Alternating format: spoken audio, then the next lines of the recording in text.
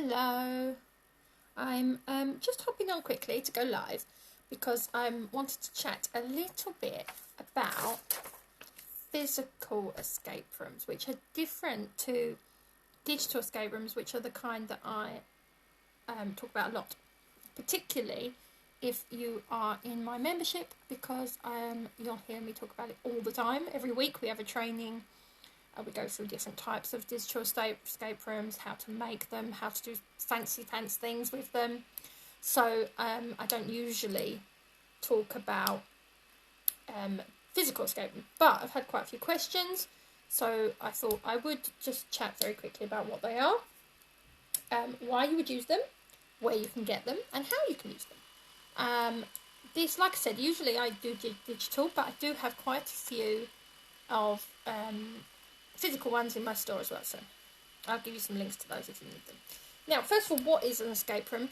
Well, if you've been following me for a while, if you're in my membership, you'll be very used to this spiel about how escape rooms work.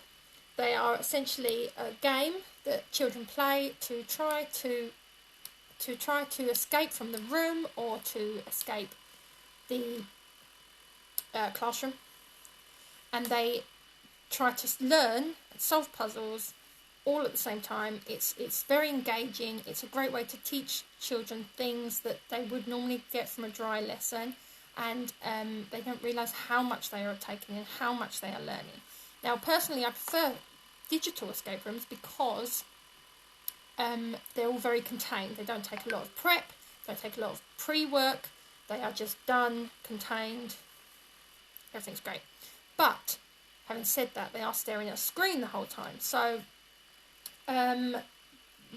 well, you might want to play around a bit and have them walk around the room, pick up pieces of actual puzzle to try to fix together, undo locks, things like that.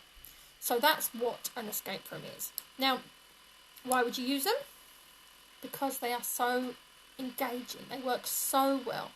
Your lessons will be so much more involved, and the children take so much from the lesson when they have to really, really think about it. Not only do they learn from the subject, I have quite a few science escape rooms, and they learn a lot from the subject, about the subject, because they go back and forward. They have to collect pieces of, in a science game, for example, they have to collect pieces of information about what elements go with which elements to make different compounds, and they have to remember that information, or at least write notes and then recall it later to solve a puzzle.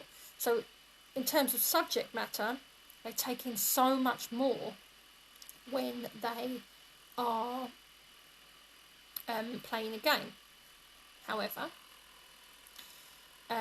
it's not just subject matter. They learn logic, they learn reasoning, they learn how to teamwork, they learn how to construct ideas and to put them into a different frame. All these kinds of things aren't just related to the subject, they are related to several other aspects of learning. So if you are thinking about how to use the games in this way, this is a great thing to do. So on top of that, so there's your why. I'm going to talk about how you can use them. Well, it depends on the level of time you've got, how much you are willing to put into it, the size of your class. All these different factors can affect how you make and use a physical escape room. So one of the main things that you need to really think about is how much time you have.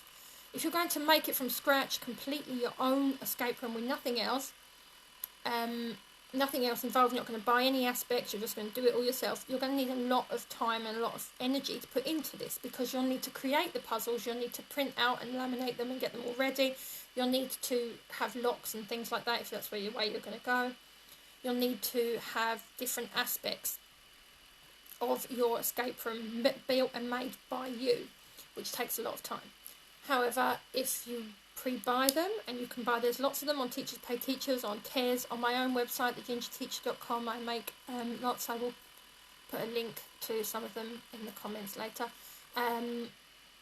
All these things, you have to factor in, excuse me, you have to factor in how you are going to make your classroom physically available for people to do. So my advice would be, first of all, is to make a plan. plan how you want this game to look, how you want it set up, all these kinds of things, and then move on from there.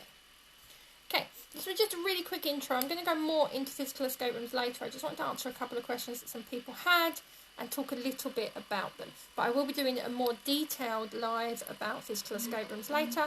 So I will speak to you guys then. Have a great bank holiday weekend.